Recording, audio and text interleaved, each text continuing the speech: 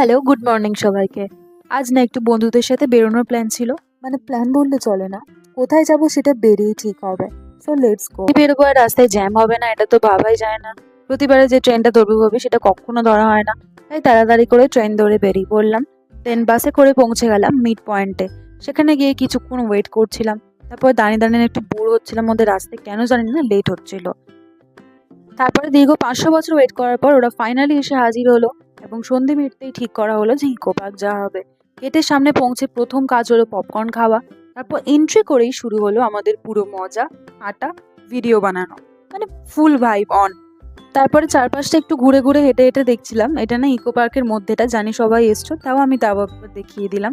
দেন আমি একটু ভিডিও করে নিচ্ছিলাম, কারণ অনেকদিন না হলেও কোনো ভিডিও বানানো হয়নি। আর রিলস আমি সম্ভবত খুব একটা বেশি বানাই না।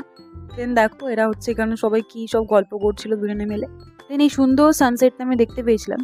আর এখানে দেখো আমরা রিলস বানাচ্ছিলাম, আর এই একজন আমাদের বন্ধুই এই আমাদের ক্যামেরাটা পুরো ব্লক করে বসেছিল।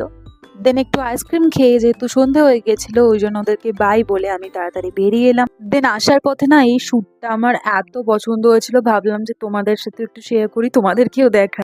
তো আজকের ভিডিওটা ছিল এই পর্যন্ত। আজকের মতো গুড নাইট, বাই। দেখা হচ্ছে পরের ভিডিওতে।